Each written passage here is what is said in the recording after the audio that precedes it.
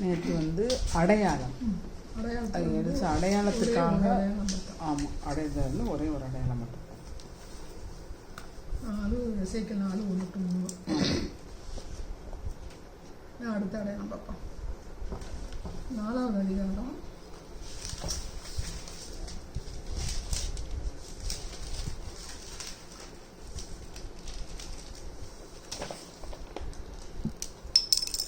4:4-6.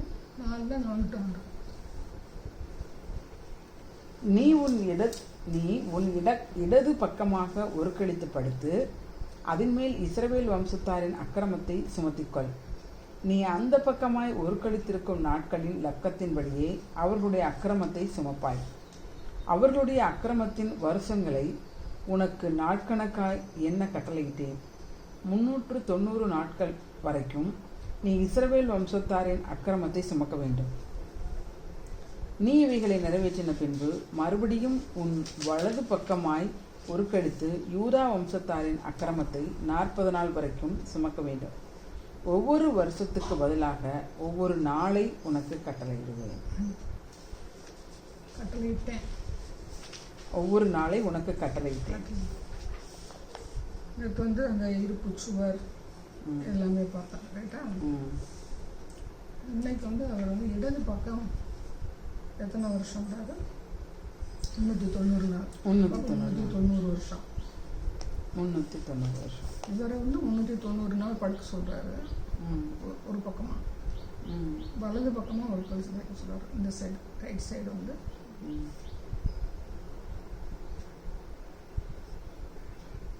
படுக்க சொல்றாரு. அப்போ அது வந்து 390 நாள் வந்து பார்த்தீங்கன்னா இஸ்ரவேல் வம்சம். யூதாவுக்கு வந்து பார்த்தீங்கன்னா யூதா வம்சம், அதாவது வடக்கு ராஜ்யம் தெற்கு ராஜ்யம். வடக்கு ராஜ்யத்துக்கு வந்து 390 வருஷம்.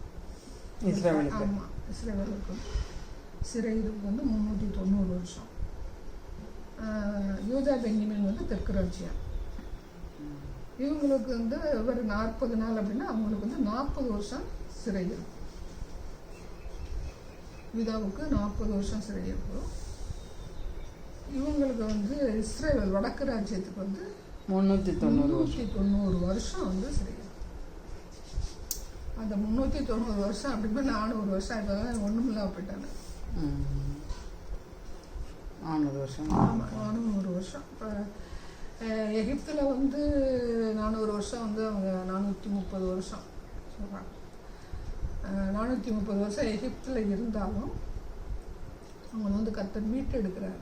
மோசே வந்து மீட்டெடுத்து அவங்கள என்ன செய்கிறார், ஒரு கூட்டமாக சேர்க்கிறார். இந்த கூட்டமாக சேர்ந்த பிறகும் பழையபடிக்கு அவங்க செய்கிறாங்க, கர்த்தரை விட்டு தூரமாக போகணும், கொடுமையான கொடுமை செய்கிறாங்க. அந்த எருசலேமை தீக்கொளுத்தி அப்படிங்கிற வார்த்தை நீங்கள் வந்து வாசிக்கும்போது பார்த்தீங்கன்னா அப்படியே உடம்பெல்லாம் நடுங்கும், இருதயமே நடுங்கும். அப்போ எந்த அளவுக்கு அவங்க வந்து அதை தீட்டுப்படுத்தியிருக்காங்க அப்படிங்கிற மாதிரி நம்மளால் நினச்சி கூட பார்க்க முடியல. சாதாரணமாக வசமாக வாசிட்டு போயிடலாம், ஒன்றும் பிரச்சனை காணப்பட்டு. அந்த தீக்கொளுத்தி அப்படிங்கும்போது பார்த்திங்கன்னா நமக்கு மதுரையில் பைபிளில் வந்து அந்த பிஜேபி பிரிவில் தீ வச்சு கொடுத்துனாங்க. இன்னும் நிறைய இடங்கள் என்ன செய்றாங்க, பைபிளை தீ வச்சு கொடுத்துற காரியங்கள்லாம் நடக்குது. அப்படிப்போ அந்த தீ கொளுத்துற அந்த காரியங்கள் வந்து பார்த்தீங்கன்னா எதுக்கு தீ கொளுத்துறாங்க அப்படிங்கும்போது தீட்டுப்படுது. அதனால போடுறது சபையில் வந்து பைபிளை தீ கொளுத்துறாங்க, சர்ச்சை தீ கொளுத்துறாங்க. பார்க்குறேன் வீட்டு அடுத்து இவங்க மினிஸ்ட்ரிக்கு போகிறாங்க. மினிஸ்ட்ரிக்கு போகும்போது என்ன செய்கிறாங்க, தீ கொளுத்துறாங்க. அப்போ அந்த தீ கொளுத்துறதெல்லாம் பார்த்திங்கன்னா இப்போ நாம் தேவக்குள்ள நம்ம மினிஸ்ட்ரிக்கு போகிறோம். அப்போ அந்த இடத்துல வந்து தீ கொளுத்துறாங்க அப்படின்னா அது தேவன் அனுமதிக்கிறார் அப்படின்னா அது எந்த விதத்தில் எடுத்துக்கிறது. அப்போ நம்ம எவ்வளவு கவனமாக அந்த வேத புஸ்தகத்தை வந்து நம்ம சொன்னோம் கனப்படுத்தி ஒரு இடத்துக்கு கொண்டு எல்லாரும் செய்கிறாங்க. நானும் செய்கிறேன். அதை நம்முடைய அழைப்பான் முதல்ல என்ன செஞ்சுக்கணும், உறுதிப்படுத்தணும். இந்த இடத்துக்கு நான் வந்து பைபிள் கொண்டு போகிறேன், இந்த இடத்துக்கு நான் ட்ராக்ஸ் கொண்டு போக போகிறேன், இந்த இடத்துல நான் மினிஸ்ட்ரி பண்ண போகிறேன், என்னுடைய ஊழியம் மினிஸ்ட்ரி இதுதானா அப்படின்னு செய்யணும், கன்ஃபார்ம் பண்ணணும். அதே மீறி நடக்குது அப்படின்னா 2 விஷயம் எடுத்துக்கலாம். அதே மீறி நடக்குது அப்படின்னா இங்கே வந்து அக்கிரமம் பெருகி இருக்கு. 2வது, நம்ம போகிற இடத்துல நம்ம கர்த்தர் வந்து அங்கே போக சொல்லி இந்த காரியங்கள்லாம் செய்ய சொல்கிறாரா, தீ கொளுத்தும் போது அந்த காரியங்கள் வந்து கர்த்தர் அனுமதிக்கிறார். இப்போ நமக்கு இங்கிலீஷ் பைபிள் வந்து இங்கிலாந்து நாட்டில் வந்து ஒரு மிஷினரி அவர் வந்து இங்கிலீஷை வந்து மூல பாஷையிலேருந்து இங்கிலீஷில் வந்து மொழிபெயர்க்கிறாங்க. அப்படி மொழிபெயர்க்கும் போது அது வீட்டோடைய தீக்கொண்டு கர்த்தர் வந்து அனுமதிக்கிறார். அப்போது அனுமதிக்கும் போது இப்போ இது வந்து மதியாவுடைய நம்ம மகிமைக்கின்ற அந்த காரியங்கள் நடக்கும்.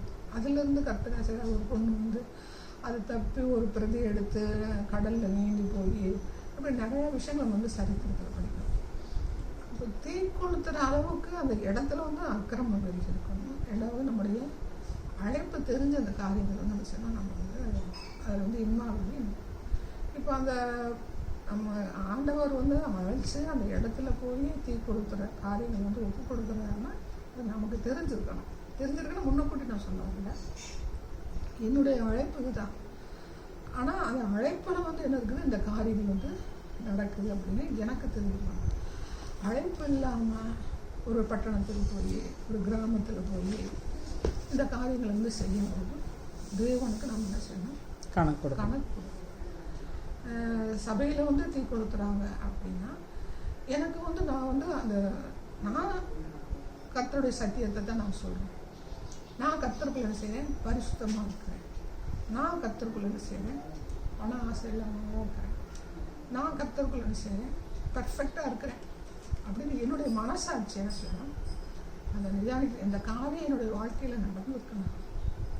தீ கொளுத்துற காரியங்கள் நடந்திருக்கு அப்படின்னா இதில் வந்து என்னுடைய தவறுகளினால் என்ன செய்வேன், இந்த காரியம் நடக்கல, தேவன் அனுமதிச்சிருக்கிறார்.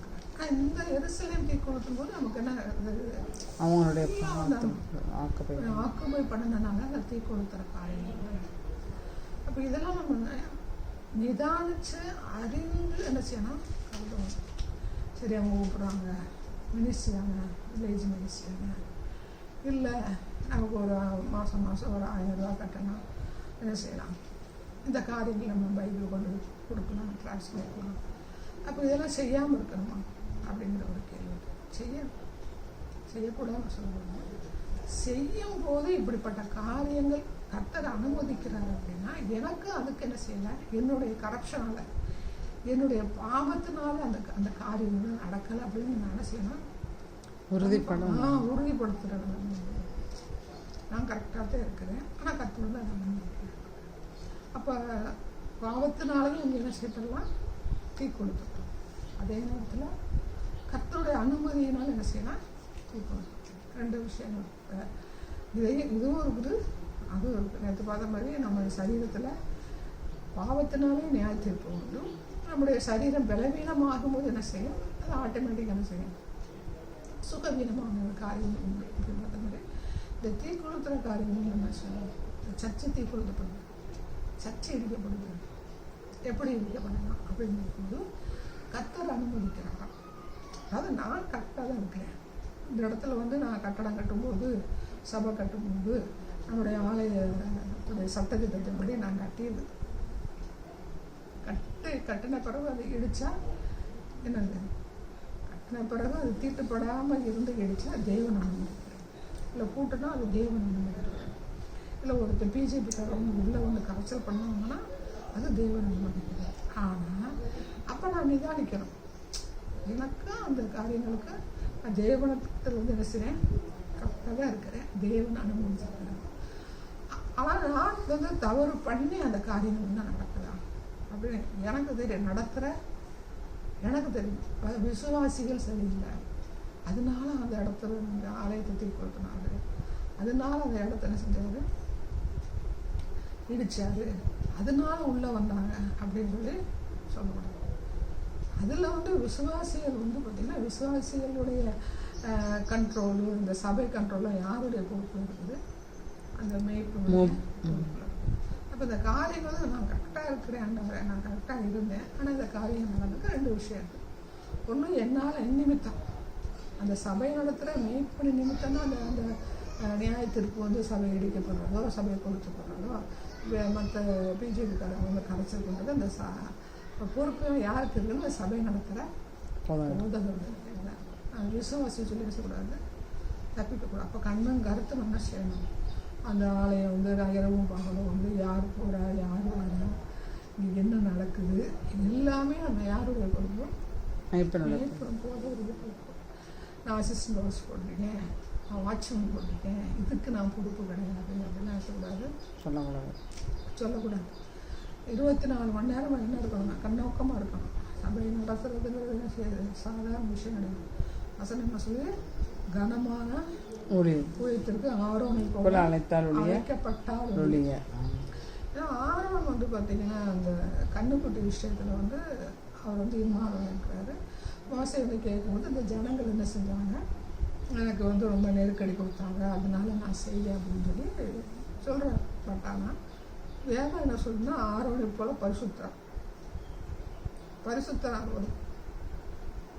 பரிசுத்தமான ஒரு மனுஷன் அப்படின்னு சொல்லி ஆரம்ப புதுசு வேதம் சொல்லுவோம். அப்போ அந்த ஊழியத்துக்கு அவனை செய்கிறார் கர்த்தர் வந்து தகுதிப்படுத்துறாரு. அவனும் தன்னை என்ன செய்யறான்? தகுதிகளோட ஆக்கிக்கிறான். கர்த்தர் அழைச்சாரு. அந்த பொன்கண்ணுக்குட்டிலாம் எப்படிப்பட்ட சிச்சுவேஷன் இருந்தான், தன்னை கரப்ஷன் ஆக்குனானா அப்படின்னு பார்க்கும்போது வேதம் என்ன சொல்றது? பரிசுத்தம். ஏன்னா இன்னைக்கு வந்து நமக்கு என்ன இருக்குது?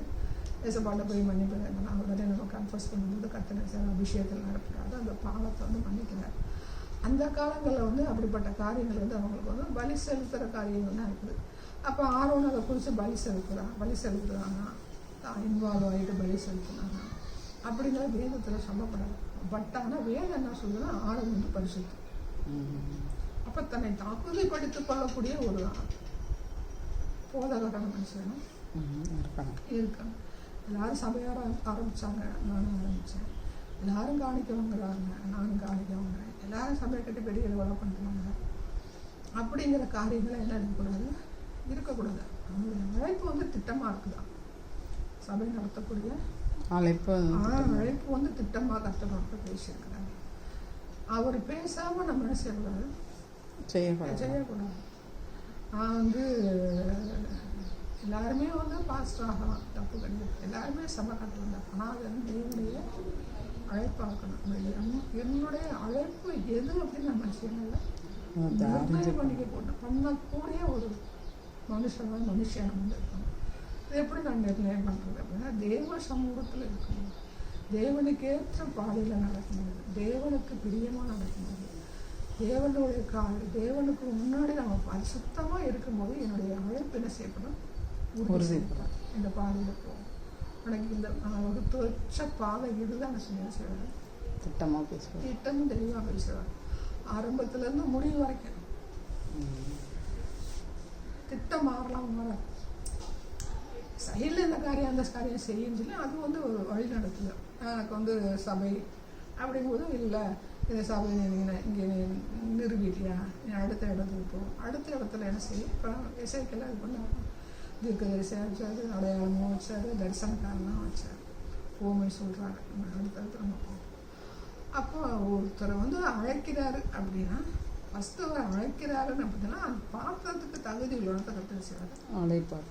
உனக்கு எந்த பாத்திரம் எந்த இடத்துல வைக்கணும்னு அவருக்கு உரிமை இருக்குது. இல்லை நான் இப்படி தான் இருப்பேன் அப்படின்னு சொல்லும்போது பார்த்தீங்கன்னா அதில் கர்த்தர் செய்ய பிரியப்படுத்துகிற தேவன் என்ன செய்வார்? புல் இன்வால்வ் அடிமை செஞ்சாங்க என்ன கண்டது? கர்த்தர் வந்து அதில் என்ன செய்ய மாட்டார். அசைவாடுதல் இருக்குமா இல்லையா அப்படிங்கிறது வந்து அந்த பிரியமில்லாத காரியங்களை தன்னுடைய அழைப்பு இல்லாமல் அவங்க வந்து எடுத்துருக்காங்கன்னா அதுக்கு இதுக்கு வேரியேஷன் கண்டுபிடிக்காம இருக்க முடியும், நிதானிக்க முடியும். இந்த இதில் வந்து எனக்கு நிதானிக்க முடியல, தேவ சித்தம் என்னன்னு எனக்கு தெரியலை, என்னுடைய தேவ திட்டம் என்னென்ன தெரியல அப்படின்னா அது நம்மக்கிட்ட தான் இருக்குது. தேவ திட்டமும் தேவ சித்தமும் நான் செய்கிற ஒரு மனுஷனாக மாறணுமா தேவனுடைய சமூகத்தில் மனுஷனாக இருந்தால் தான் செய்யும் தேவ சித்தமும் தேவ திட்டமாக தெரியும். இந்த விஷயத்தில் நான் தேவ சித்தம் கேட்டேன், இந்த விஷயத்தில் நான் தேவ சித்தம் கேட்கறது. அது மாதிரி தேவ சமூகத்தில் இருக்கிற மனுஷனுக்கு தான் எல்லா நேரங்களிலும் தேவனுடைய சித்தம் என்னதுன்னு கேட்கக்கூடிய ஒரு மனப்பக்குவம் வரும். இந்த இடத்துக்கு நான் போகிறேன், இது தேவ சித்தமாக ஜோம் பண்ணிட்டு போயிடும்.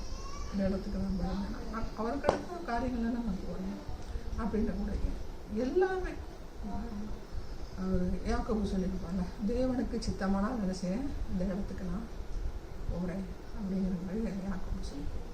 அப்போ எல்லா காரியங்களும் என்ன செய்யணும், கவனமாக நடக்கும். இந்த திருமணம் வாசிப்பாங்க, தீக்கொளுத்தி வாசிக்கும் போது மனசுக்கு அப்படியே என்ன செய்யணும், அப்படியே கண்ணீர் வலிக்கிற ஒரு அனுபவம். ஆமாம், அனுபவம் இல்லை, அது உணர்வு பூர்வமாக அப்படியே நம்ம உள்ளமே வந்து என்ன செய்யணும், நொறுங்கலாம் அப்படின்னா நம்ம என்ன செய்யணும், தேவ கர்த்தருக்குள்ள நம்ம இல்லை. ஒவ்வொரு காரியங்களும் நம்ம படிக்கும்போது அது அவங்களுக்கு தானே. அந்த பாபிலோன் இஸ்ரவேல் தவறு பண்ணாங்க, அதனால தீக்கொளுத்திட்டாங்க அப்படின்னு நம்ம செய்யும்போது நான் பார்க்கணும், எதுக்கு எழுதி வச்சிருக்கா, என்னுடைய வாழ்க்கையில் இதை நான் கற்றுக்கொள்ள வேண்டிய பாடம் தான். இது வந்து என்னோட இருதயம் நொறுங்குது ஆண்டவரே. அப்போ நான் என்ன செய்யணும், நீங்கள் என்ன சொல்ல வர்றீங்க, இதெல்லாம் நம்ம கேட்டு என்ன செய்யணும், வாழணும். சரி, இப்போ நம்ம அடுத்து என்ன பார்க்க போகிறோம், 4 to 6 வருஷமா. ஆமாம், 4 to 6.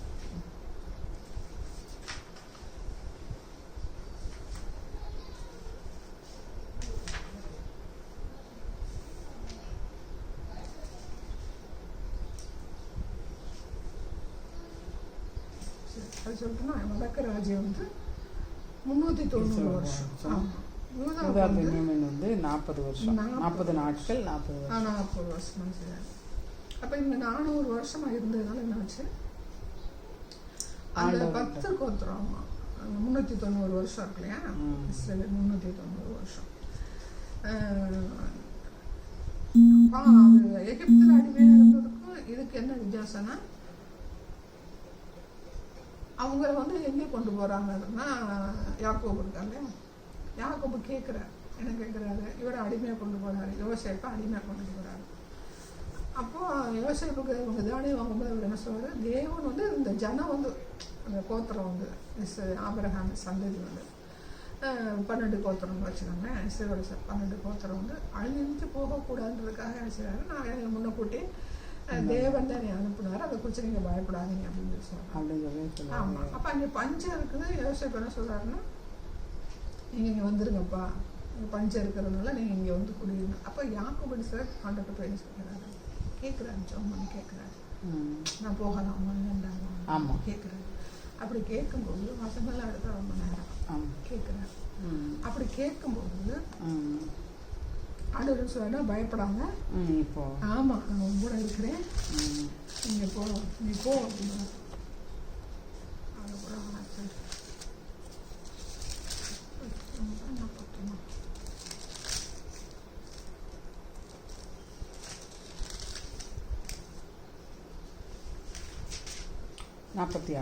ஆதியாகமம் 46வது வசனம், 6ஆம் அதிகாரம்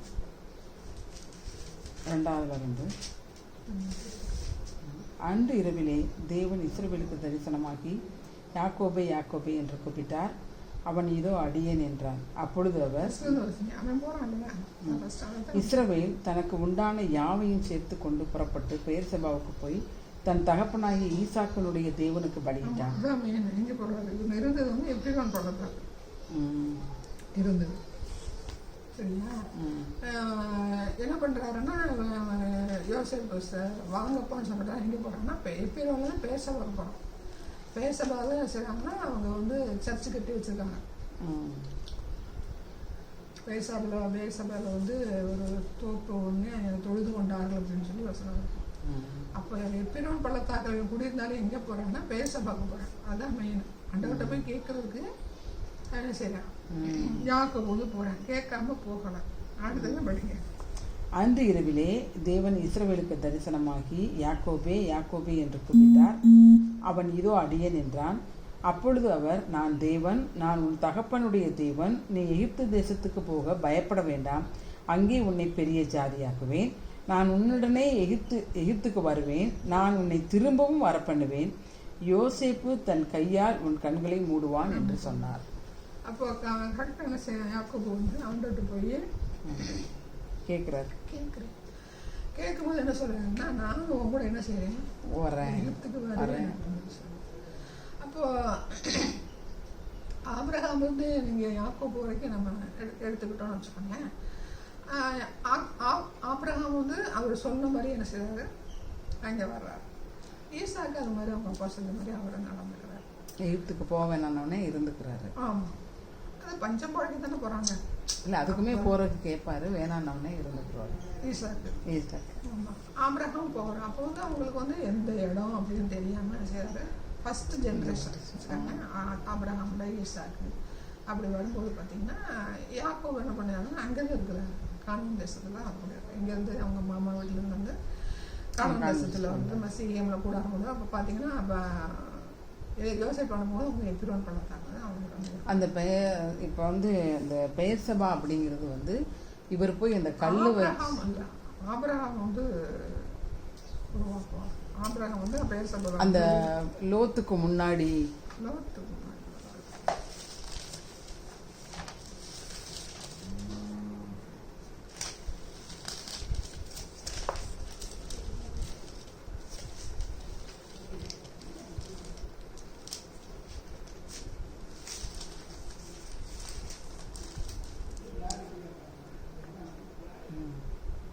அந்த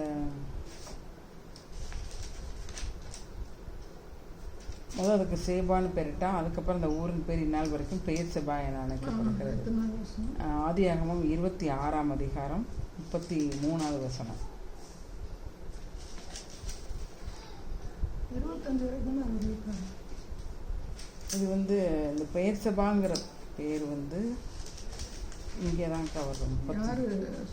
ஈசாக்கு இன்னொரு ஆபிரகாம் வந்து அது எத்தனாவது வசனம் சொல்லுங்க? நான் வந்து ஆதியாகமம் 26:31 கூட வாசிக்கிறேன். அதுக்கு முன்னாடி ஆபிரகாம் வந்து பேசலாம், தொப்பை உண்டாக்கி வருவாங்க.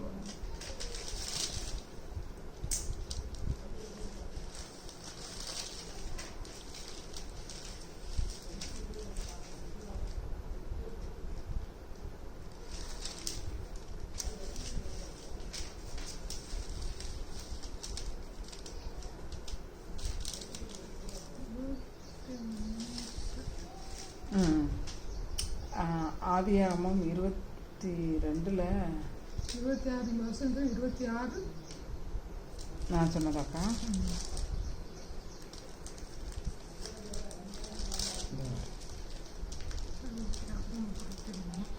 26:33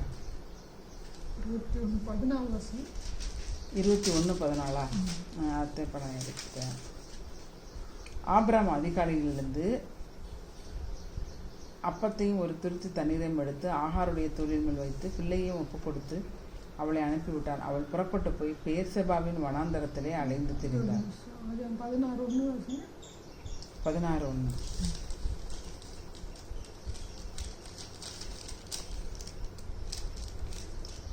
இந்த நாமத்தை தோப்பை உண்டாக்கி நாமத்தை தொழுது கொண்டான்னு வரலக்கா. அந்த வசனம் வந்து எதில் இருக்குன்னு கேட்டிங்கன்னா 21:33. ஆபிரகாம் பெயர்செபாவிலே ஒரு தோப்பை உண்டாக்கி சதா காலமுள்ள தேவனாய கர்த்தருடைய நாமத்தை அவ்விடத்தில் தொழுது கொண்டார். ஆபிரகாம் இது பண்ணது வந்து ஈசாக்கும் போறாரு, யாக்கோபும் போறாரு. அந்த இடத்துல வந்து அவங்க என்ன செய்யலாம், சர்ச்சில் நடத்துது.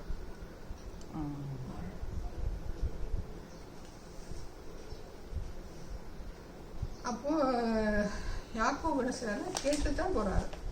இப்போ கேட்டு போறாங்க போது பார்த்தீங்கன்னா இவங்களை வந்து தேவன் வந்து பார்த்தீங்கன்னா எதுக்கு சிக்க வைக்கிறார். இப்போ பஞ்சம் வந்ததுனால வந்து யோசேப்பு வந்து அடிமையாக கொண்டு போகிறாரு. இவங்க வந்து பஞ்சம் குறைக்க தான் போகிறாங்க. நல்லா தான் இருக்கிறாங்க. இருக்கும்போது ஆபிரகாம்கிட்ட ஏற்கனவே சொல்கிறாரு, அவன் சந்ததி வந்து இங்கே போகும், எகிப்துக்கு போகும், ஒரு 400 வருஷம் அங்கே என்ன செய்வாங்க, அடிமையாக இருப்பாங்க, திரும்ப கொண்டு வந்துடுறேன்னு சொல்லி ஆபிரகாம்கிட்டே சொல்லிடுவார்.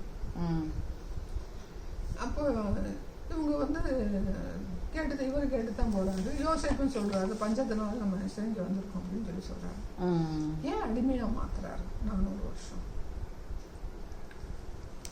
இந்த நாடுக்கும் இந்த இஸ்ரேல் அது முன்னிட்டு இப்போ இவங்க வந்து ஆண்டவர் வந்து அடிமையாக இருப்பாங்க. நார்மலாக தான் அவங்க பாட்டுக்கு இருக்கிறாங்க. இருந்தவங்க என்ன செய்றாரு, எகிப்தில் கொண்டு போய் அடிமையாக்குறாங்க. அவர் அடிமையாக்குறான்னு சொல்லக்கூடாது.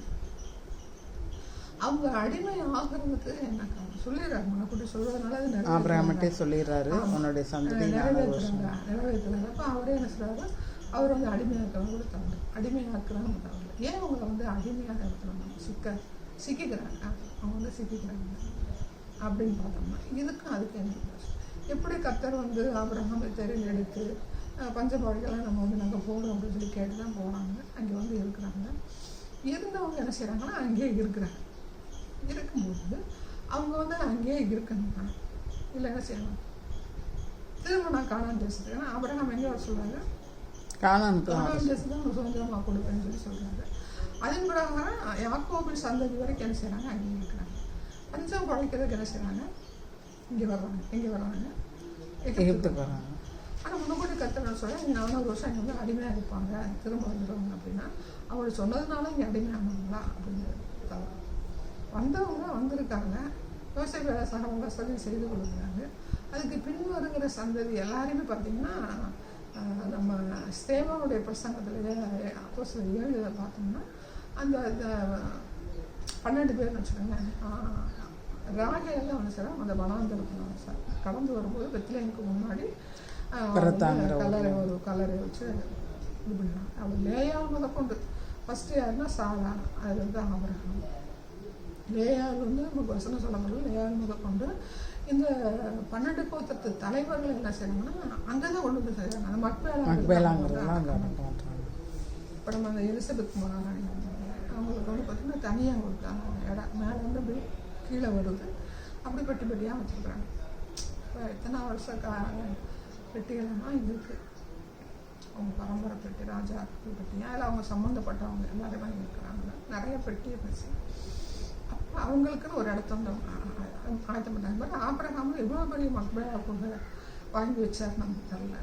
அப்போ அத்தனை பேர் அங்கே தான் என்ன சொல்கிறாங்க, அடக்கம் பண்ணிருக்காங்க. அப்படியே அடக்கம் பண்ணவங்க யாக்கோபு வந்து போக சொல்கிறாரு, நான் அவங்க கூட எடுத்துக்கு வரையும் சொல்கிறாரு. திரும்ப ஆண்டவரே நீங்கள் கானான் தேசத்தில் தான் கானான் தேசத்தை தான் தருவேன்னு சொல்லி அவர் வாக்கு பண்ணார் ஆபிரகாம் சொல்லி. இப்போ அவங்க எகிப்துக்கு வந்தவங்க திரும்ப கேட்டுருக்கலாங்க. யோசேப்பு அழியாத ஒரு ராஜன் வர்ற வரைக்கும் அங்கே இருக்காங்க. அப்போ அங்கே இருந்தவங்க சரி நாங்கள் இப்படி வந்துட்டோம், திரும்ப நாங்கள் இங்கே இருக்கணுமா இல்லை அங்கே போகணுமா அது கேட்ட மாதிரி அந்த இடத்துல இல்லை. ரெண்டாவது வந்து பார்த்தீங்கன்னா அவங்கள வழிநடத்தக்கூடிய ஒரு தலைவன் அங்கே இருந்தாங்களா அப்படின்னு நமக்கு வந்து வேதத்தில் சொல்லப்படும். மோசே எழும்புற வரைக்கும் அவங்க அடிமை வேலை செய்யும்போது அவங்களுக்குள்ள ஒரு தலைவர்கள் இருக்கிறாங்க. அப்போ தலைவர்கள் இருக்கும்போது அந்த மோசைக்கிட்ட வந்து வாதாடுறாங்களே, நீங்கள் வந்த பிறகு நாங்கள் ரொம்ப கஷ்டப்படுறோம் அப்படின்னு சொல்லி. அப்புறம் அந்த வைக்கோல்லாம் சேர்க்கும்போது அவங்க போய் ராஜாண்ட போய் பார்வோன்ட்ட போய் பேசுகிறாங்க, நீங்கள் எங்களுக்கு வைக்கோல் தராமல் போய் எடுத்துகிட்டு வர சொல்லி தேடி வந்து எடுத்துகிட்டு வர வைக்கோலை சேகரிச்சுட்டு வந்து எங்களை வந்து செங்கல் சுட சொல்கிறீங்க. அப்புறம் அதே அளவுக்கு செங்கல் நாங்கள் சுட முடியும், நாங்கள் போய் தேடி வந்து எடுக்கும்போது அந்த செங்கல் குறைய முடியும் பேசுறதுக்கு அங்கே யார் இருக்கா, இஸ்ரேல் மூப்பர்கள் இருக்கிறாங்க. அப்போ இவங்க வந்து கர்த்தருக்குள்ள இருந்தாங்களா இல்லையா அப்படிங்கிற நமக்கு பெரிய பாருங்க. அவ்வளோ பெரிய காரியங்கள் கர்த்தர் ஒப்பு கொடுக்குறாங்கன்னா அங்கேயே என்ன இருக்கு, பாவம் ஆண்டவருக்கு பிரியமில்லை அந்த காரியம் செய்திருக்காங்க, செய்யாம செய்ய மாட்டாங்க. அந்த 400 வருஷம் அடிமை 430 வருஷம் அடிமைத்தான் பேசுகிறாங்க. அதுதான் நேற்று பார்த்த மாதிரி அந்த எடைக்கு உரிய பாவத்தின் விளைவுகள் வந்து நம்ம அங்கே பார்ப்போம். அப்போ ஆபிரகாமில் இருந்து அந்த மோசே தலையெடுத்து அவங்க வெளியில் கொண்டு வரைக்கும் உள்ள அந்த ஒரு நியாயத்தை எடுத்து பார்த்தோம் இல்லையா. இப்போ இவங்க எப்படி நியாயம் செய்கிறாரு, இருப்பு சவரை வச்சு என்ன பண்ணுறாரு, நியாயம் செய்கிறாரு, ஒப்பு கொடுக்குறாரு பாபிலோன் ராஜாவோட கையில். இந்த பாபிலோன் ராஜாவோட கையில் ஒப்பு கொடுத்தாலும் அவனை என்ன செய்வாங்க, கர்த்தர் தண்டிப்பார். அது நம்ம தீர்க்க தரிசனம் ஒப்பு கொடுக்குறாங்க தேவனுடைய பிள்ளை. ஆனால் ஒப்பு கொடுக்கும்போதே என் பிள்ளை அவங்க கையில் ஒப்பு கொடுத்துட்டேன், அவனை எந்த விதமாக நடத்தணும்னு சொல்லித்தான் ஒப்பு கொடுத்தான். அவரும் தீர்க்க தரிசனம். அப்போ அதை மீறி செய்யும்போது பாபிலோனை நியாயத்தை ஒப்பு இன்னைக்கு பாபிலோன் ராஜ்யம்னு காண போச்சு, காண போச்சு. அப்போ அதுவும் ஒரு நியாயத்திற்கு அவர் தான் சொல்கிறாரு. என்ன சொல்கிறாரு, கோரேஸ் ராஜா சொன்ன மாதிரி பாபிலோன் ராஜாவுக்கு நேபுகாத்நேச்சாருக்கு நீ போய் சன்னகரிப்பு சொல்லுவோம், தேவன் சொல்லி நாங்கள் இங்கே வந்தோம் அப்படிலாம் சொல்லுவோம். வந்தவன் என்ன பண்ணியிருக்கணும், என்ன சொல்கிறாரோ அதை மட்டும் செஞ்சுட்டு இருக்கணும். இப்போ எருசலேமை தீ கொளுத்துற அளவுக்கு அவங்க இருந்தாங்க சும்மா வருவாங்க. இப்போ யாருமே தவறு இருக்குது சபை நடத்தும்போது. நான் வருஷத்துக்குள்ள சொல்லுறேன், கர்த்தர் ஒப்பு கொடுக்குறாரு, சபை இடிக்க விடுறாங்க, சபையை கொளுத்த விடுறாங்க, பைபிளை கொளுத்த விடுறாங்க, அனுமதிக்கிறாரு என்னுடைய பாவத்தை நிமித்தம். அதே நேரத்தில் செய்கிறவனுக்கு நியாயத்தை கொடுக்க முடியாது. அவருடைய பிள்ளைங்க செய்ய மாட்டாரு, பச்சை மருந்து போட மாட்டாரு, என் பிள்ளைடா அப்படின்னு சொல்லி பார்க்க மாட்டாரு. என் பிள்ளைங்கிற கருத்து ஆபிரகாம அழைச்சதுனாலே யாரும் செய்யறாரு, லோத்து என்ன செய்யறாரு, ஏன் பிடிச்சிருந்து வெளியில் கொண்டு அந்த நம்பிக்கையில் நம்ம கடந்துக்கிறோம். நம்மளே ஆமாம் என் குடும்பத்தில் இருக்கிறாங்களா ஆபிரகாம் நிமித்தம் லோத்துனோட வருஷம். அப்போ அது மாதிரி என்னோட குடும்பத்தில் இருக்கிறவங்களா தவிர என்ன செய்ய பரலோகத்தில் கொண்டு வந்து சேரணும். அப்போ ஆபிரகாம் நிமித்தம் அந்த சந்ததி என்ன செய்கிறாரு, 400 வருஷம் பனிஷ்மெண்ட் அதைத்தான் நினைக்கிறாரு. எவன் கீழ்ப்படிஞ்சானோ அதைத்தான் நமக்கு 1000 தலைமுறைக்கு அது 4வது தலைமுறை, ஆபிரகாமுக்கு 4வது தலைமுறை. அப்போ ஒரு மனுஷன் கீழ்ப்படியும் போது அந்த சந்ததிக்கு என்ன செய்யறாரு, அவர் இறக்கம் பாராட்டுறாரு. அப்போ நம்ம எப்பொழுதும் அவருக்கு நன்றி இல்லாமல் இருக்கோம். நம்ம எப்படி அவரை தெரிஞ்சுக்கிட்டோம், நம்ம அவரை எப்படி கண்டு கொண்டோம் அப்படிங்கும்போது அவருக்கு எல்லாமே அவசியம் சொல்லுது, அவர் தான் வர்றாரு. நம்ம என்ன சொல்லுவோம், லைட்டாக சரி லேசாக கதவை திறந்து கொடுக்கணும், அந்த கேப்பில் உள்ளவங்க. அப்படி வரும்போது என்னை தெரிந்து கொண்ட தேவன் என்னுடைய சந்ததி வந்து பார்த்தீங்கன்னா பாவத்துக்குள்ள போனாலும் அந்த சந்ததிக்காக சரியாக இரக்கம் பாராட்டவராக இருக்காரு. இப்போ இவங்க வந்துட்டாங்க, எங்கே வந்துட்டாங்க, எகிப்துக்கு வந்துட்டாங்க. கர்த்தர் மீட் எடுக்கிறார், பனிஷ்மெண்ட் கொடுத்து மீட் எடுக்கிறார். அதே மாதிரி எசேக்கியேல் என்ன செய்கிறாரு, இவங்களுக்கு என்ன செய்கிறாங்க, பனிஷ்மெண்ட் கொடுக்குறாரு. ஆனால் 70 வருஷத்துல திரும்ப போவாங்கன்னு சொல்லி மீட் எடுக்கிறாரு. யாரை எதை வச்சு செய்கிறாரு, ஆபிரகாம் கீழ் பண்ணிட்டார். எங்கே வரைக்கும் வரணும், இன்னும் வரைக்கும் வரும். இன்றைக்கி வந்து அவங்க வந்து ஒரு இஸ்ரேல் நாடு வந்து தனி நாளாக இருக்குது, எல்லாரும் இழுத்து போராடுறாங்க அப்படின்னா யார் நிமித்தம் இப்போ அவங்களோட வச்சிருக்கிறாங்க, ஆபிரகாம் நிமித்தம். அதான் விட்டு ஆபிரகாம் ஒருத்தன் கீழ் படிஞ்சதுனால இன்னைக்கு இஸ்ரேல் நாடு வந்து கர்த்தர் வந்து பாதுகாக்கிறார். இப்போ இந்த ஆண்டவர் வந்து நம்மளுக்கு இப்போ வரைக்கும் வச்சுக்கோங்களேன், அதான் ஆபிரகாம் வந்த காலங்கள்லேருந்து இப்போ வரைக்கும் 6000 வருஷம்னு சொல்லி சொல்கிறாங்க. 7000 வருஷம் 6000 வருஷம் வச்சுக்கோங்க. இந்த 6000 வருஷத்தில் 1000 தலைமுறைகள் வந்திருக்குமா? பார்த்து சொல்லுங்கள். ஆபிரகாம் வந்து நமக்கு யாக்கோபு வரைக்கும் 4வது தலைமுறை, யோசே தலையிடும் போது 4வது தலைமுறையாக அது வந்து பார்த்து 1000 தலைமுறை இது வரைக்கும் எத்தனை தலைமுறை, ஒரு வருது வரைக்கும் எத்தனை தலைமுறை, இப்போ 1000 தலைமுறைக்கு இறங்குகிறது. அப்போ ஒரு மனுஷன் கீழ்ப்படியும் போது செய்யறாங்க அது எந்த வரைக்கும் நீங்கள் சொன்ன மாதிரி பார்த்தீங்கன்னா வருக வரைக்கும். அதை தான் கேட்குறேன், எத்தனை தலைமுறைகள் வருக வரைக்கும் இறக்கம் பாராட்டுவார். 1000 தலைமுறைக்கு இறக்கம் பாராட்டுன்னு 1000 தலைமுறை நிப்பாட்டிடுவார் அர்த்தம் கிடையாது. ஆமாம், அவர் வருக வரைக்கும் செய்வார் இறக்கம் பாராட்டுவார். அப்போ இந்த 390 இப்போ இங்கே வந்து பார்த்தீங்கன்னா ஒரு 400 வருஷம் அடிமைப்பட்டிருந்தாங்க. கர்த்தர் இறக்கம் பாராட்டி அவங்க என்ன செய்கிறாரு, எகிப்துக்கு கானானுக்கு கொண்டுட்டு வராங்க.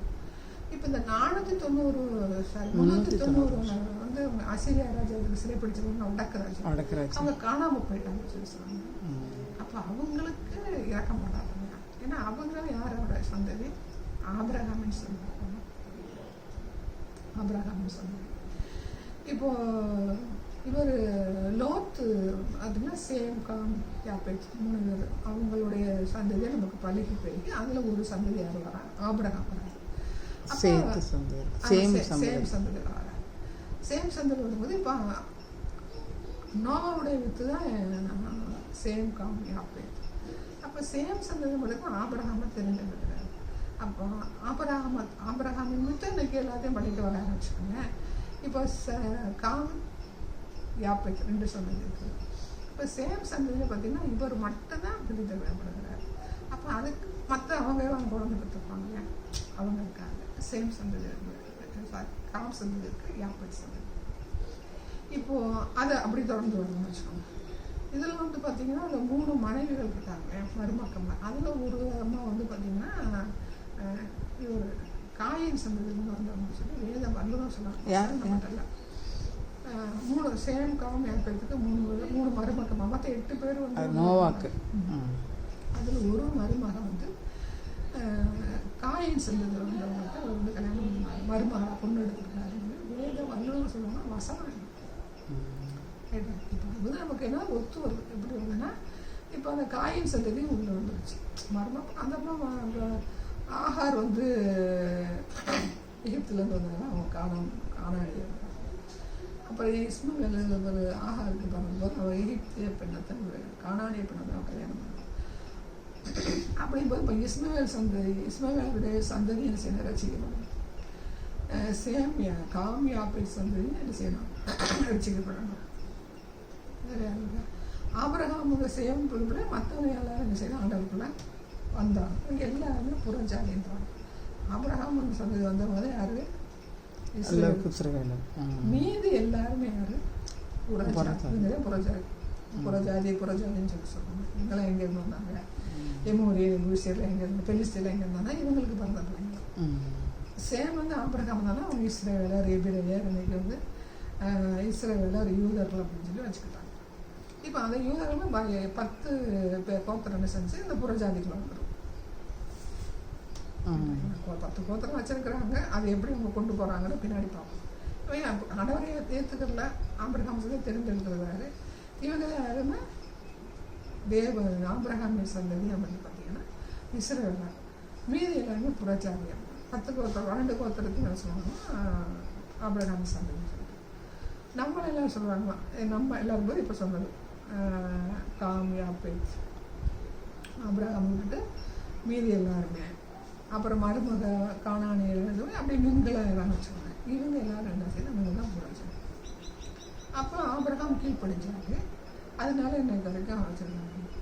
அப்போ நமக்கு அந்த புறஜாதிகளுக்கு என்ன நியாயத்தீர்ப்பு? புறஜாதிகளுக்கு என்ன விடுதலை? இப்போ அவங்க இருக்கிறாங்க, இஸ்ரேல் இருக்கிறாங்க, அவங்களும் ரசிக்கப்படலாம், ஆண்டவர் ஏற்றுக்கலாம். அப்படி போது அவங்களுக்கு ஒரு நியாயத்தீர்ப்பு. புறஜாதிகள் வந்து என்ன செய்கிறாங்க? ஆண்டவர் சுத்தமாக 10 கோத்திரம் உள்ள வச்சா இங்கே வந்து தூக்கி எடுக்கிறாரு, ஒரு நியாயத்தீர்ப்பு. இங்கே தூக்கி எடுத்த பிறகு அந்த கோத்திர சிதறி போகும்போது அவங்களுக்கு ஒரு நியாயத்தீர்ப்பு. அப்போ அவங்களும் மிங்கில் ஆயிடுறாங்க. அப்போ இந்த எல்லாருமே என்ன செய்ய டோட்டலாக புறஜாதி. அவங்களுக்கு கோத்திரம் இப்போ உங்கள் கோத்திரம்னு தெரியாது, என் கோத்திரம்னு தெரியாது. இந்த செட்டியாருலாம் கோத்திரம் சொல்லுவாங்க. அது எந்த வரைக்கும் போகுதுன்னு தெரியல. ஒரு கோத்திரம் ஆரம்பிச்சு பார்த்தா அந்த கோத்திரம் மிங்கிலாகலாம். அது யார் எடுத்து பண்ணுறாங்கன்னு தெரியல. இப்போ நான் என்ன கோத்திரம், நீங்கள் என்ன கோத்திரம் அப்படின்றது எல்லாரும் டோட்டலாக புறஜாதி. அவங்களே மீட்கிறது என்ன செய்ய கர்த்தர் இயேசு கிறிஸ்து தான். அதாவது இஸ்ரவேலுடைய ராஜாக்கள் மட்டும்தான் எங்கே போனாங்க? பாபிலோனுக்கு போனாங்க. பாபிலோனுக்கு சிறைப்பிடிக்கப்பட்டு போனாங்க. இஸ்ரவேல் ராஜாக்கள், இஸ்ரவேல் ஜனங்கள் 10 கோத்திரம். வடக்கு ராஜ்யம். அந்த வடக்கு ராஜ்யத்தில் இருக்கிறவங்க தான் எங்கே போனாங்க? சிறைப்பிடிப்போம் அசிரியாவுக்கு போனாங்க. ஆனால் அந்த யூதா பென்யமீன் கோத்திரம் வந்து சிறைப்பிடிக்கப்பட்டு போகல. சிறைப்பிடிக்கப்பட்டு இப்போ வேறு இவ்வளோதான் போனப்போ நம்ம இருப்பு சட்டியெல்லாம் யாருக்கு வைக்கிறாங்க? இவங்களுக்கு யூதா இவங்களும் பாபிலோன் இவங்களும் சேர்ந்து தான் பார்க்குறாங்க. யூதா ராஜாக்கள் யூதாவை ஆளுகை செய்கிற ராஜாக்கள் இந்த எசேக்கியா, யோசியா, வேறு இருக்கா யோசபாத்து, இப்படிப்பட்ட 1-2 தான் நல்ல இருப்பாங்க. அதில் இருக்கிறாங்கன்னா டோட்டலாக வந்து சரி பிடிக்கப்படுறாங்க. இவங்க முன்னுதான் காணாமல் போகிற அளவுக்கு அவங்க என்ன செய்கிறாங்க, 10 கோத்திரம் வந்து அதில் ஒருத்தர் மட்டும் நல்ல இதில் இருக்கிறதுனால இவங்களுடைய அந்த இடம் பாவத்தின் இடம் வந்து 40 வருஷம், அவங்களுக்கு 390 வருஷம் கொடுக்குறாங்க. அப்போ எல்லாருக்கும் என்ன செய்கிறாருன்னா இப்போ ஆபிரகாம் அதில் இப்போ வந்து இந்த யோசபாத்து, எசேக்கியேல், இப்படிப்பட்ட எசேக்கியா இவங்கெல்லாம் வந்து ஆண்டவருக்கு பயந்து அந்த தோப்பு விற்கிறவங்கெல்லாம் ஒழிச்சதுனால அந்த பாவம் வந்து அவங்களுக்கு வந்து கம்மியாக இருக்குது. யூதா பென்யமீன் கோத்திரத்துக்கு அதான் அவங்களுக்கு வந்து 40. அவங்க ஃபுல் அண்ட் ஃபுல்லாகவே கரப்ஷன் ஆகிட்டாங்க. ஃபுல் அண்ட் ஃபுல்லாகவே வந்து எரோபயாம் காலங்கள்லேயே அவர் வந்து இது கண்ணுக்குட்டியை வச்சதுனால அதை டோட்டலாக வந்து கரப்ஷன் ஆகிடுச்சு. அது யாரும் கிடையாது, எல்லா கோத்திரத்தும் வந்திருப்பாங்க. அதனால அது 390 இடக்கணக்கு அதான் இடம். இப்போ காணாம போனதை கத்துன்னு சார் அப்படியே விடலை, அதுதான் சொல்லுவாங்க. பாவத்துக்கு தகுந்த தண்டனை கொடுக்குறாரு எடைக்கு. அதாவது பாவத்துக்கு தகுந்தனா பாவத்துக்கு எவ்வளோ எடையும் அதுக்கு தகுந்த மாதிரி சார் தண்டனை கொடுக்குறாங்க. அதுவே தகுந்த தண்டனை சொல்ல முடியாது. ஏன்னா அவங்க பண்ணின அட்டூழியத்துக்கு 390 வருஷமாக என்ன செய்யறாங்க பார்த்தா. அதுதான் டோட்டலாக என்ன செய்கிறாங்க லாஸ்ட்டில் வெள்ளை சிங்காசன நியாயத்துக்கு எல்லாருக்கும் டோட்டலாக புரஜாதிக்கு அவங்க எல்லாருமே வெள்ளை சிங்காசன நியாயத்துக்கு முன்னாடி யார் வரணும்னா அவருக்குள்ள இருக்கிறவங்க வர மாட்டாங்க. இருந்து மறிச்சவங்க, அவருக்குள்ள இருந்து வச்சோன்னா பரிசுத்தமா மறிச்சவங்க, பரிசுத்தம் மறிச்ச மட்டும்தான் அந்த வெள்ளை சிங்காசன நியாயத்திற்குள்ள அவங்க நியாயம் தீர்க்கிறவங்களும் அவங்க இருப்பாங்க. ஏசப்பாவுக்கு போடுற சிங்காசனத்துல வரிசையில் அவங்க உட்காந்துருப்பாங்க. மற்றபடி நின்றுதாங்க நீ கத்தருக்குள்ள இருந்தே அது வந்து அன்னைக்குதான் வெளிச்சம் மட்டும். ஏன்னா இப்போ 1000 வருஷ அரசாட்சியில் வந்து அவருக்குள்ள இருக்க பீரிஃபைடு எல்லாமே பீரிஃபைடு தான். பரிசுத்தம் இருந்தாத்தே மறுரூபமாக முடியும். பரிசுத்தமாக இருந்து செத்தாத்தே அவர் எக்காசம் கேட்டு மறுரூபமாக முடியும். அவங்களுக்கு மட்டும்தான் 1000 வருஷம் அரசாட்சி. பரிசுத்தம் தான் மெயின். பரிசுத்தமும் எக்காசம் தான் கேட்குறாங்க. நீங்கள் பரிசுத்தம் இல்லாமல் நான் கடனாளியாக இருந்து இதெல்லாம் நான் பண்ணலை, என் குடும்பத்துக்கு அதானே பண்ணினேன், விபச்சார வயசுத்தானே கொலை மற்றவங்க நான் கொள்ளை அடிக்கல, என் குடும்பத்துக்காக நான் கடன் வச்சுருக்கேன், என் குடும்பத்தை முன்னேற்றத்துக்காக நான் கடன் வச்சுருக்கேன், நீங்கள் கடனோட இருக்குன்னு இன்னைக்கு வந்துட்டாருன்னா நான் இன்னைக்கு செத்து போயிட்டேன். நான் செத்து போயிட்டேன். செத்து போன பிறகு அவருடைய ரகசிய வரி எக்காலம் வந்துருச்சு. அங்கேருந்து துணிக்கும். நான் கடனோட செத்துனா என்ன செய்ய முடியாது, வந்து சத்தம் கேட்கணும். இப்போ நான் எப்போ எழுந்திருப்பேன்னா வெள்ளை சிங்காசனம் ஏற்று பண்ணிட்டு எழுந்திருப்பேன். எதுக்கு கடன் வாங்காதுன்னு சொல்லி சொல்லுவாங்க. கடன் இருந்தால் நியாயத்திற்கு வெள்ளை நியாயத்திற்கு போயிடும். இருந்தாலும் கடன் வந்து என்னது என்ன சுவாசம் ஒரு காசு கொடுத்து மாட்டேன். அப்போ ஒரு காசு திருக்கிறது கூட ஆண்டவர் சொல்றாரு, இந்த உலகத்தின் அதிபதி வருகிறான் என்னிடத்தில் ஒன்றும் இல்லை. இப்போ எனக்கு நான் கடன் அப்படிங்கும்போது நான் பறந்து போய் சார் நான் செத்து போயிட்டேன்னா இந்த உலகத்தின் அதிபதி என்ன சொல்லுவாங்க, எனக்கு என்ன செய்யணும், இந்த மாதிரி கடன் கொடுப்பாங்க. அப்படிங்கும்போது எனக்கு என்ன செய்ய முடியாது, எக்கால சத்தம் கேட்காது. அப்படி ஆட்டம் பேசுறது எக்கால சத்தம் கேட்காது. ஆபிரகாம் வழியா பரதேசுக்கு நம்ம போகணும். நானும் வந்து போய் தூங்குறவங்கலாம் கிடையாது. அவர் வர்ற வரைக்கும் போய் தூங்குற இலைப்பாறுகள் அப்படிங்கிறது வந்து அப்போ தெரியாமல் பிடிச்சிட்டாங்க. இலைப்பாறுகள் ஆபிரகாம் மடியை வந்து சொல்லிட்டாரா, வாசலுக்கு கொண்டு விட்டுறாரு. ஆபிரகாம் மடியில் வந்து பார்க்குறாரு, லாசருக்கு பார்க்குறாரு. சிலுவையில் வந்து அந்த கல்லனுக்கு என்ன சொன்னாரு, நீ இன்றைக்கு என்னுடைய பரதீசில் இன்றைக்கு என்னுடைய பரதேசம்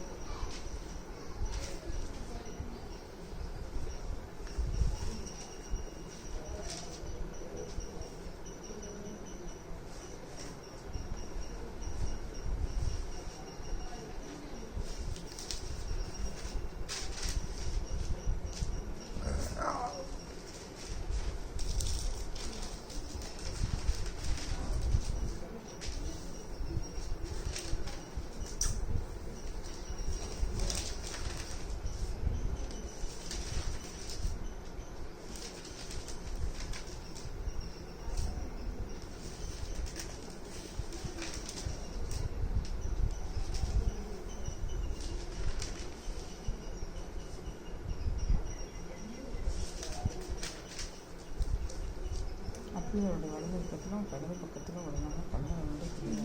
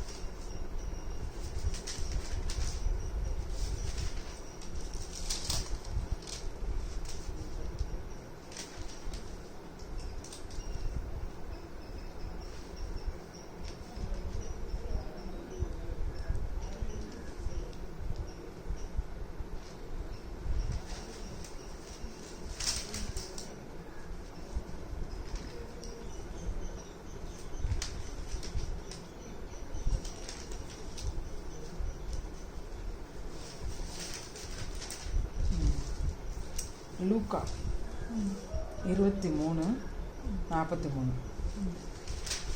42 வாசிக்கிறேன். இயேசுவை நோக்கி இயேசு அவனை நோக்கி, இன்றைக்கு நீ என்னுடனே கூட பரதீசில் இருப்பாய் என்று மெய்யாகவே உணர்ந்து. பவுல் என்ன செய்யறாரு? பரதீசருக்கு போறாரு. அப்போ நம்ம என்ன செய்யறோம்னா கர்த்தருக்குள்ள மறைச்சேன். அதே மெயின்.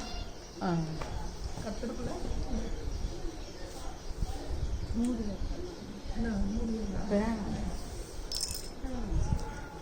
கர்த்தருக்குள்ள மறைச்சா நான் தகுதி இல்லாம மறைச்சா என்ன செய்ய முடியாது, எந்திரிக்க முடியாது.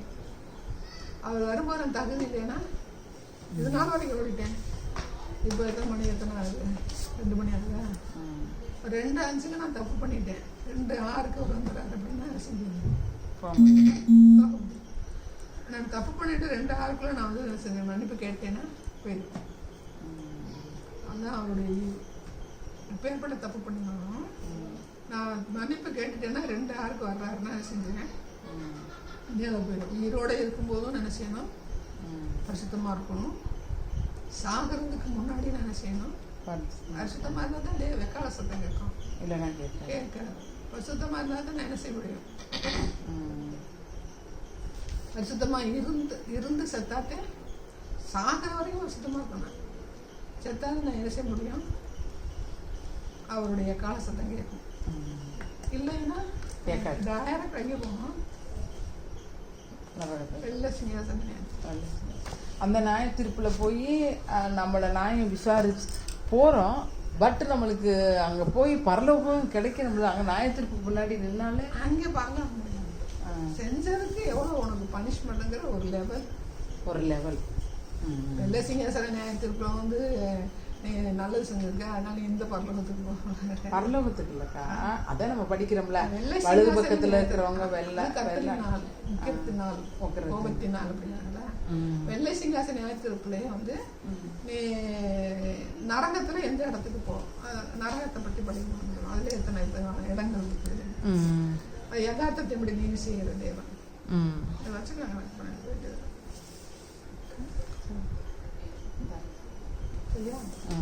அந்த வெள்ளை சிங்காசன நியாயத்திற்கு நான் நரகத்துல எந்த இடத்துக்கு போவேன்?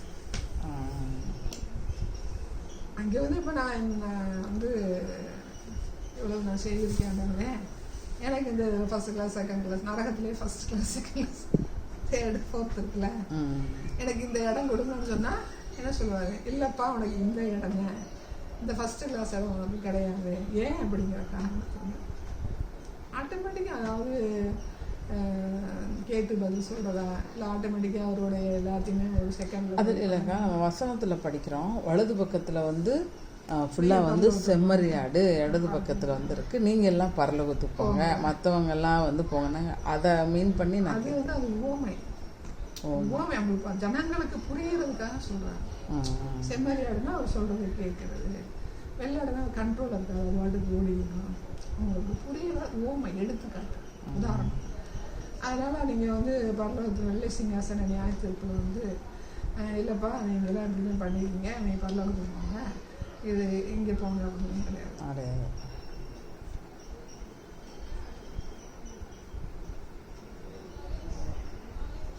அது நிறைய விஷயங்கள் இருக்குது. டெஃபினட்டாக வந்து பார்த்தீங்கன்னா இப்போ நீங்கள் வெள்ளை சிங்காசன நியாயத்தீர்ப்பில் வந்து நீங்கள் 4 நரகம் இருக்குது, 4 நரகத்துக்குள்ளே நியாயத்தீர்ப்பில் அப்படின்னு சொல்லி நம்ம சொல்கிறதுக்கும் வசனம் ஆதாரம் கிடையாது. அது ஒரு கொடூரமான தான். ஜட்ஜ்மெண்ட் அப்படியே ஜட்ஜ்மெண்ட் போது ஜட்ஜுக்கு முன்னாடி இருக்கும்போது அவர் என்ன தீர்ப்பு கொடுப்பாரு? ஒன்று விடுதலை கொடுப்பாரு, இல்லைன்னா ஜாமீன் கொடுப்பாரு, இல்லைன்னா ஜெயிலில் வந்து பனிஷ்மெண்ட் கொடுப்பாரு. இந்த மாதிரி நியாயத்தீர்ப்பு பரலோகம் கிடைக்கும்போது போய் பார்த்தாங்க. அதே உறுதியான சொல்ல முடியாது. ஆனால் அந்த ஜட்ஜ்மெண்ட் நியாயத்தீர்ப்பின்படி ஏன்னா ஃபர்ஸ்ட் செலக்ட் பண்ணி கொண்டு போயிடுவாங்க. ஏன் கொண்டு போயிடுறாரு? முதல்ல எக்காலச்சத்திலே கொண்டு போயிடுறாரு. அது அவங்களுக்கு தான் பார்க்கலாம். அடுத்து வந்து பார்த்தீங்கன்னா இப்போ இந்த 1000 வருஷம் அரசுக்கு பின்னாடி வந்து பார்த்தீங்கன்னா அந்த ஒரு கூட்டம் யார் வர்றா, அவர் பகிரங்க வரும்போது ஒரு கூட்டத்தை கூட்டிகிட்டு போகிறாரு இல்லையா, கூட்டிகிட்டு போயிடுறாங்க. அப்போயே கூட்டிகிட்டு போயிடுறாரு.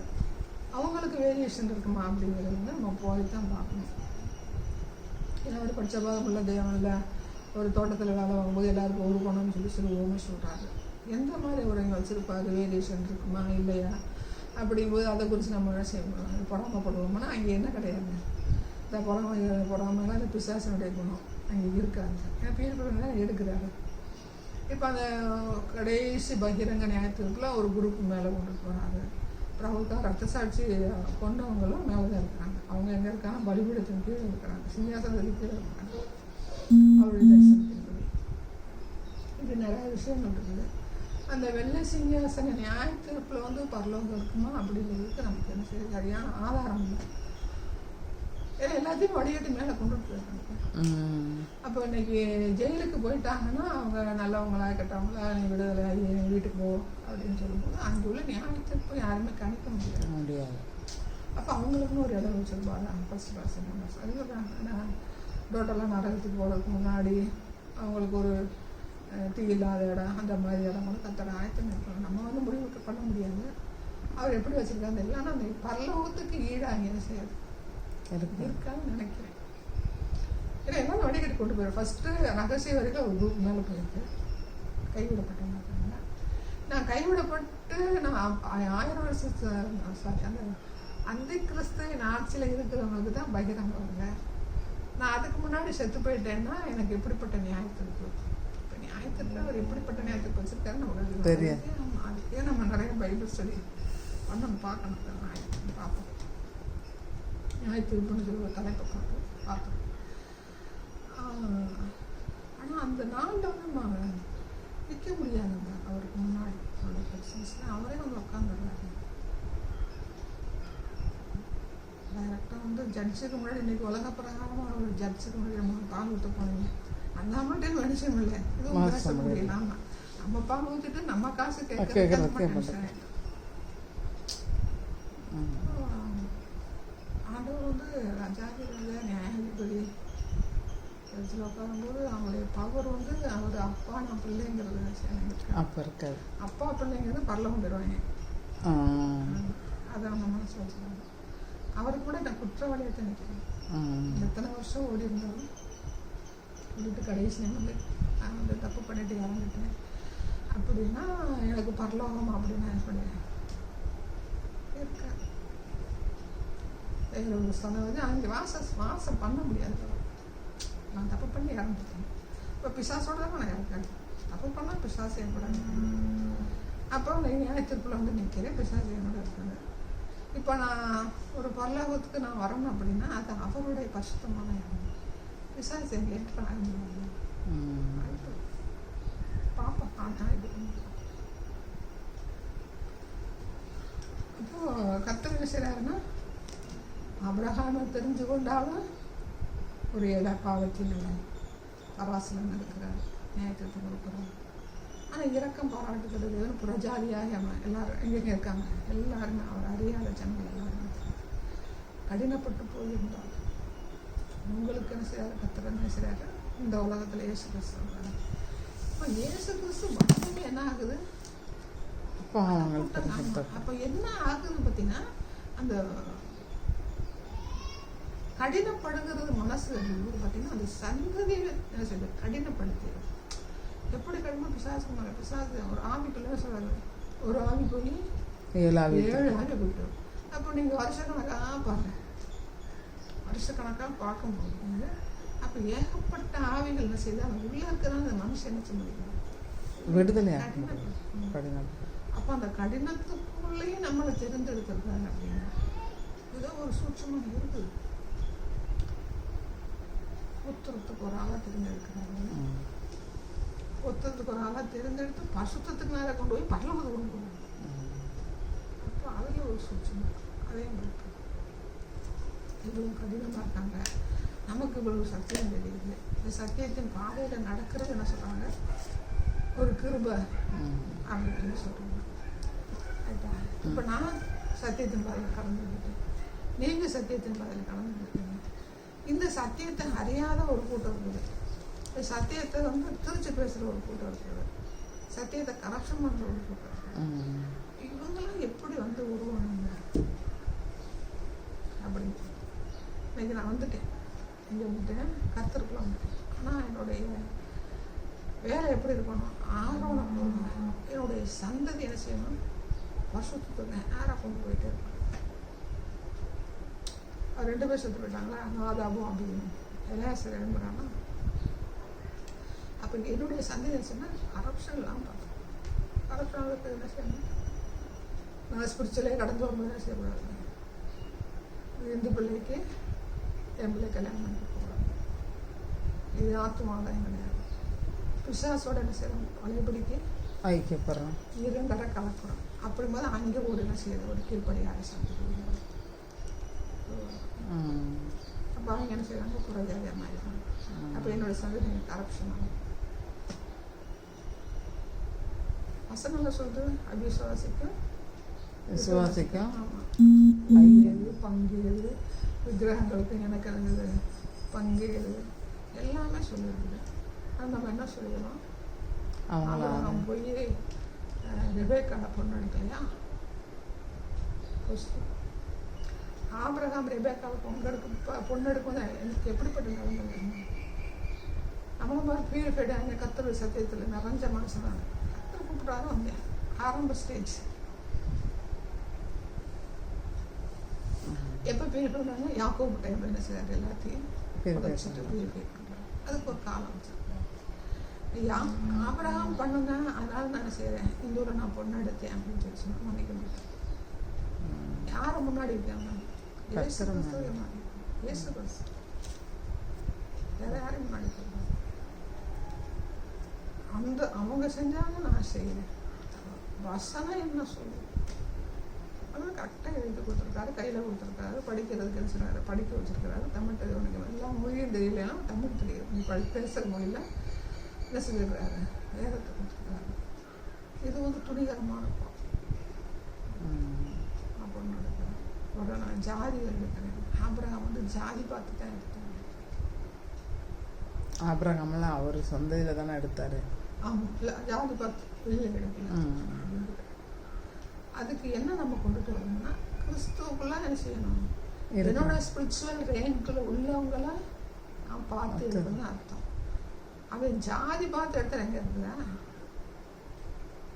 அவன் ஜாதி பார்த்து எடுத்தாங்கன்னா அவன் ஜாதி எத்தனை சாதி இருக்குது? காம், சேம், 3 கோத்திரம் இருக்கு. 3 கோத்திரம் இருக்குல்ல? 3 கோத்திரத்துலையும் பொண்ணு எடுத்துட்டான். ஆனால் அவன் எடுத்தது தவறு. அவனுக்கு அந்த நேரத்தில் இப்போ நீ ரசிக்கப்பட்ட புதுசுல நீ பண்ணிட்டான்னு கூட என்ன செய்வதற்கு மன்னிச்சிடுவார். நீ என்ன செய்வ? எல்லாத்தையும் விட்டு ஸ்பிரிச்சுவலில் வரணும்னு சொல்லி ஆவிக்குரிய சபையில் திரும்ப பாவம் பண்ணுற பற்றியா?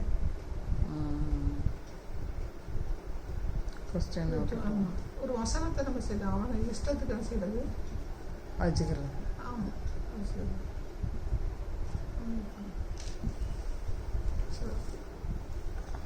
இப்போ நம்ம அந்த உருக்களித்து படுத்தல எத்தனை காரியம் அதை ஒன்றுதான் பார்த்தா உள்ளே நம்ம போகணும். ஆமாம், இந்த இஸ்ரேல் 390 வருஷம், இந்த யூதா 40 வருஷன்றதுக்கு நமக்கு என்ன செய்கிறோம்? இவ்வளவு காரியம் நம்ம செய்கிறோம். இது வரைக்கும் பார்த்துருக்கோம். நான் பார்த்தேன். இந்த 390 இந்த 40 நாட்கள்னா அவங்களுக்குரிய தண்டனை. அவங்களுக்குரிய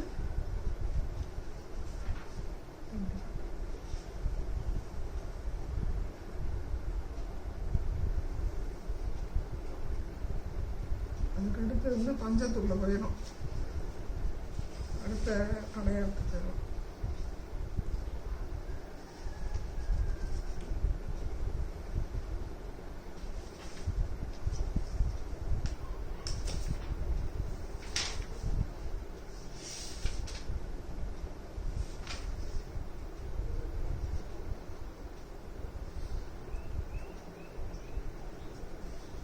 இந்த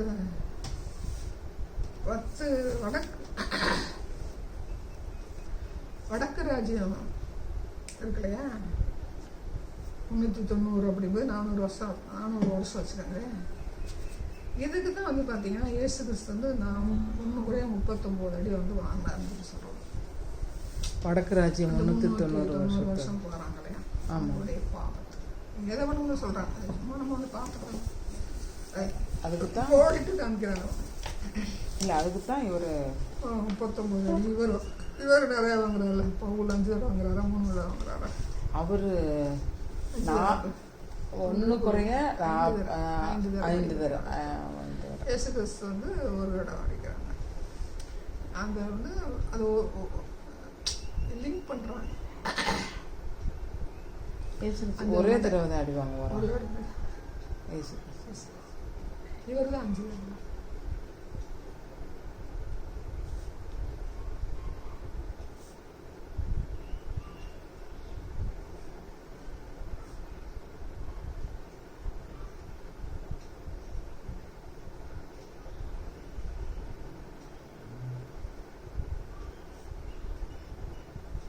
பேசுகிற 2 வருஷம்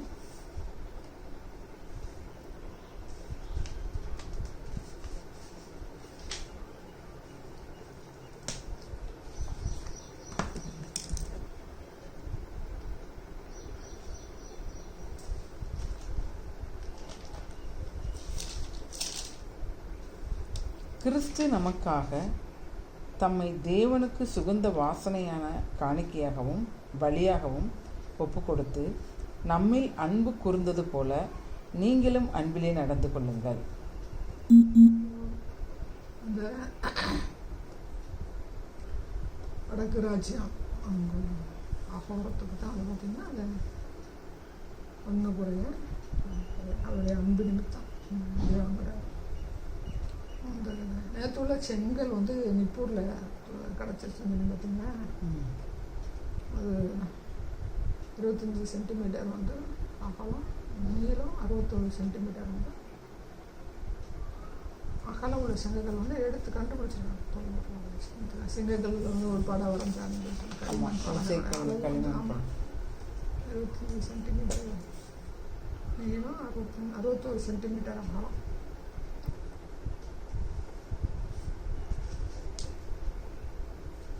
எழுபத்தி 25 சென்டிமீட்டர் நீளம், 61 சென்டிமீட்டர் நீளம்.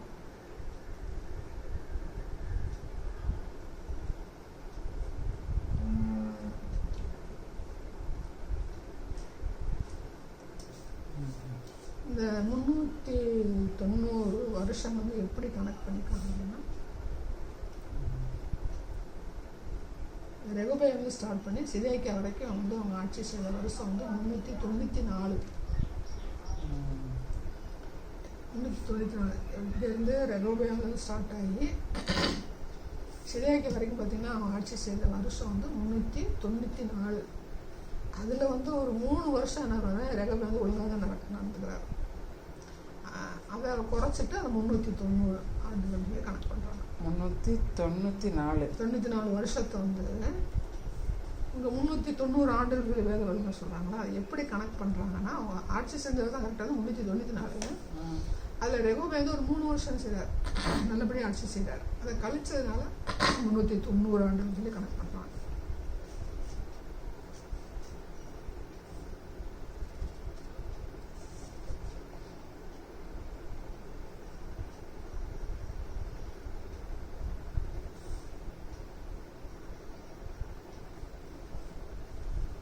மூணு கழிச்சா 391 வருஷம் கணக்காகும். மாத கணக்கு தெரியுமா, அது சேர்த்து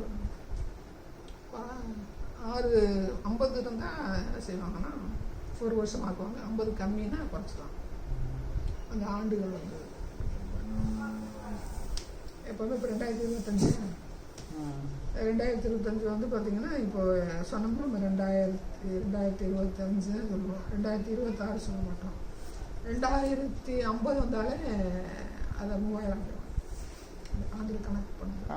நம்ம இது வரைக்கும் இப்போ 2025 சொல்கிறாங்கல்ல, 2050 வரும்போது 2026 அப்படின்னு சொல்லி மென்ஷன் பண்ணுவாங்க அந்த கணக்கில்.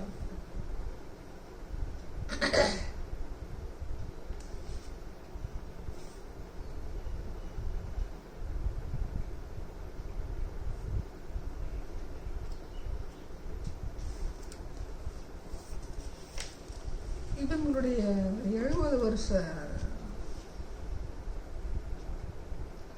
சிறையிருப்பு வந்து பார்த்திங்கன்னா, அவங்க திரும்பி வர்றதுக்கு பார்த்திங்கன்னா தானியலுடைய ஜெபம். இவர் எப்படி வந்து பார்த்திங்கன்னா எசேக்கியோட எஃபர்ட்டு கர்த்தர் சொன்ன மாதிரியே செய்கிறாரா, அப்படிங்கும்போது அந்த சந்ததி என்ன செய்கிறாரு, ஒரு பரிசுத்த சந்ததியை வந்து உருவாக்குறாரு.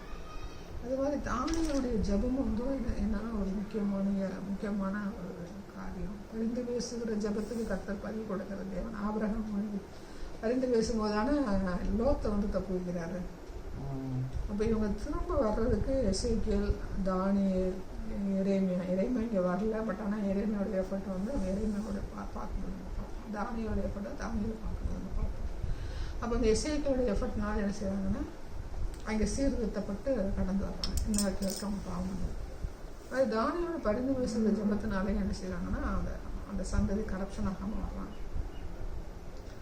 அது வந்து தானியேல் 9:1-19 வரைக்கும் இருக்குது. அது அப்படியே வாசிக்கலாம். தானியேல் 6:28 குறித்து வச்சுக்கோங்க. தானியேல் 9:1-19 அவருடைய பரிந்து பேசுகிற ஜெபம். தானியேல் 6:28 அவருடைய பரிந்து பேசுகிற ஜெபம். பரிந்து பேசுகிற ஜெபம் வந்து எவ்வளவு முக்கியமானது அப்படிங்கிறது வந்து நம்ம அதை படிக்கும்போது நம்ம கண்டிப்பாக அதை செய்தாகணும். நம்மளுடைய இந்திய தேசத்துக்கு அதை செய்யணும்.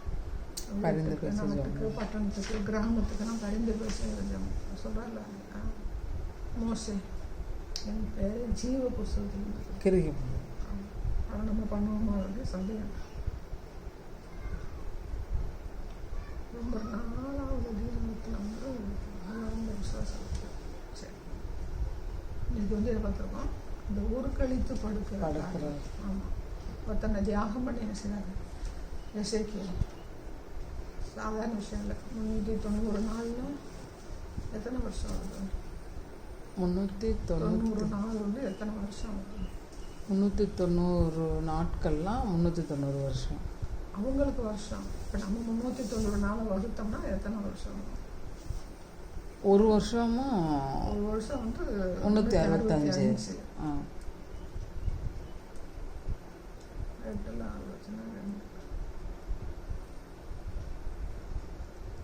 ஒரு வருஷமா 25 நாள் வருது. 365 போட்டான். ஒரு வருஷமா 25 நாள் வச்சுக்கோங்க. எந்த பக்கம்? வலது பக்கமா? வலது பக்கம். அவ்வளோ நாளும் அப்படியே ஜனத்துக்காக நம்ம ஜனத்துக்காக பண்ணுறோமா? நம்ம ஒரு மணி நேரம் கூட செய்யணும் மாங்காய் போட்டு ஜோம் பண்ண மாட்டேங்குது. அதனால எனக்கு வச்சுக்கணும். அது ஒரு வருஷம் 25 நாள். இது ஒரு 40 நாள். இது ஒரு 30 நாள், ஒரு மாதம். இது ஒரு 10 தூக்கி போட்டோம்னா அது ஒரு மாதம். அப்போ ஒரு வருஷமும் 2 மாதம் வரும். 2 பேருக்கும் சேர்த்துன்னு வச்சுருந்தேன். அதை முடிச்சுட்டு அடுத்த ஒரு 40 நாள் ஸ்டார்ட் பண்ண சொல்லுவேன். ஒரு வருஷம் 90 முடிச்சுட்டு தோராயமாக வந்து 1 வருஷமும் 2 மாதம். அது வந்து 1 வருஷமா 2 மாதமோ? அப்போ அது 1 வருஷம் கணக்கு ஆகிப்போச்சு. 2 மாத கணக்குக்கு 2, இந்த 40 நாளுக்கு 1 மாதம், 3 மாதம். 1 வருஷம் 25 நாள்னா 390 வருது. எகிப்து யூதாவுக்கு 40 சொல்கிறேன். 40 நாள் வந்து இடது பக்கம் திரும்ப சொல்கிறாங்க. 1 வருஷம் 2 மாதம் வலது பக்கமாக படுத்துருக்காரு மனுஷன். பொண்ணெல்லாம் வந்துடணும். 2வது வருஷம் வந்து பார்த்தீங்கன்னா 40 நாள், 2வது இடம் போகும்போது 40 நாள். இது 1 வருஷம் 25 நாள், இல்லை ஒரு 40 30 கொண்டு வந்து ரெண்டையும் சேர்த்தோம்னா 1 வருஷம் 2 மாதம். ரெண்டும் சேர்த்து அப்போ 365 ஒரு 60, 390, 25 40 65 நாள், 65 நாள். அது 430 நாட்கள். 390 + 40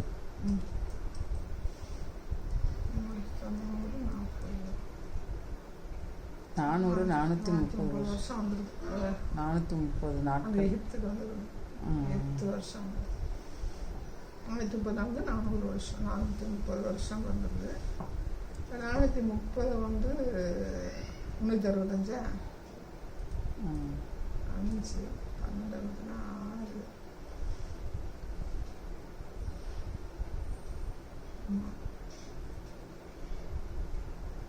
1 வருஷமும் 65 நாள் தான். அப்படிங்கும்போது 1 வருஷமும் 2 மாதம். 2 மாதம் தான் சொல்கிறேன். பெரிய விஷயம். நம்ம படுத்தோம்னா படுத்துவாங்க. என்ன படுத்தோம் நம்ம படுத்து எப்படியாவது இந்திய தேசம் செய்யணும் ரசிக்க கூட நாடு நீங்கள் மேலே எப்படி பாடுறதுன்னா அப்போ வந்து அவருக்கு வந்து அடையாளமாக என்ன செய்யறதுன்னா அது ஒரு பெரிய விஷயம் என்னன்னா கயிறை வச்சு கட்டிடுவார். அவரை தான் கட்டுறாரு.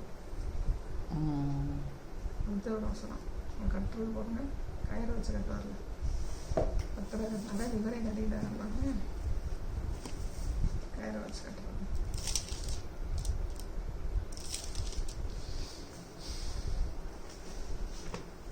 கயிறுகளால் கட்டுவேன். இதோ நீ அதை முற்றுகை கட்டுவேன். அவர் தான் கட்டுறாரு. ஒரு பக்கத்திலும் மறுபக்கத்தில் புரளக்கூடாதபடிக்கு உன்னை கயிறுகளால் கட்டுவேன். அப்போ அவரே கட்டினாலும் அப்புறம் அவர் எப்போ அவுக்குறாரு? அப்போ 1 வருஷம் 2 மாதம் கழிச்சு தான் அவுத்துருக்காரு. இடது பக்கத்தில் இருக்கும்போது அவுத்துட்டு திருப்பி கட்டுவார். அன்னைக்கு தொடர்ந்து தானே வராரு.